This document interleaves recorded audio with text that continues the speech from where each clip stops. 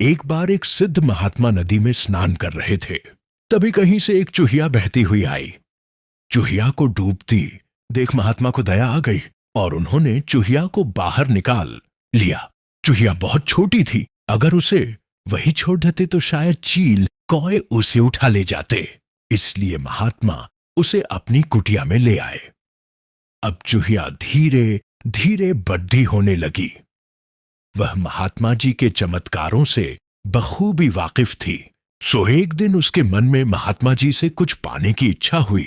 एक दिन अवसर पाकर वह बोली, महात्मा जी, मैं बड्ढी हो गई हूं, कृपा करके मेरा विवाह करवा दीजिए। महात्मा जी बोले, अवश्य बेटी। उन्होंने सूरज की ओर इशारा करते हुए कहा, इससे करवा दे तेरा ब्याह।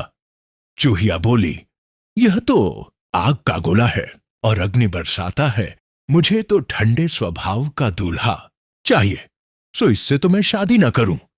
तब महात्मा जी ने बादल की ओर इशारा करते हुए कहा, तब तो बादल ठीक रहेगा, ये ठंडा भी है और सूरज से बड्ढा भी, ये जब चलता है तो सूरज को भी छुपा लेता है।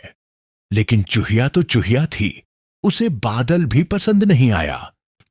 तब महात्मा जी ने पवन की ओर इशारा करते हुए कहा, इससे तुम्हारा विवाह करा देते हैं, यह बादल को भी उड्डा ले जाता है। लेकिन पवन भी चूहिया को पसंद नहीं आया। तब महात्मा जी ने पर्वत की ओर इशारा करते हुए कहा, यह पवन से भी बड्ढा है, जो उसके रुख को पल भर में बदल देता है। लेकिन चूहिया को पर्वत भी कहां पसंद आने वाला था। तब महात्मा जी बोले, अब तू ही बता, तेरा ब्याह किसके साथ करें। तब चूहिया ने एक पहाड़ाह में जोर शोर से बिल बनाते एक मोटे चूहे हो देखकर कहा, मेरी शादी आप इसके साथ करा दीजिए। उस मोटे चूहे को बुलाकर महात्मा जी ने चूहिया की शादी कर दी। चूहिया खुशी खुशी उस चूहे के साथ चली गई। शिक्षा, चूहिया की शादी तो महज एक कहानी है, लेकिन इस कहानी से हमें यह सीख मिलती है कि जीवन में जब कभी किसी वस्तु या व्यक्ति का चुनाव किया जाता है तो हमेशा यह बात ध्यान में रखनी चाहिए कि चांच उस वस्तु या व्यक्ति का चुनाव किस लिए किया जाना है। अक्सर लोग रंग ढंग और शक्ल सूरत देखकर जीवन साथी का चुनाव कर लेते हैं। बाद में जब उनके विचार और मनःस्थिति नहीं मिलते हैं तो विग्रह, विवाद और झगड़े उत्पन्न हो जाते हैं।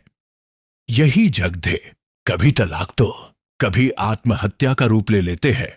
इसीलिए पंडित श्री राम शर्मा आचार्य कहते हैं कि समान विचारों का साथी मिले तो विवाह करने में कोई हर्ज नहीं।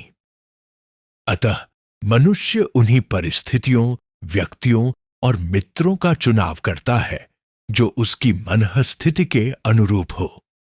यदि आपको यह कहानी और लेख पसंद आया है तो अपने मित्रों को शेयर कीजिए।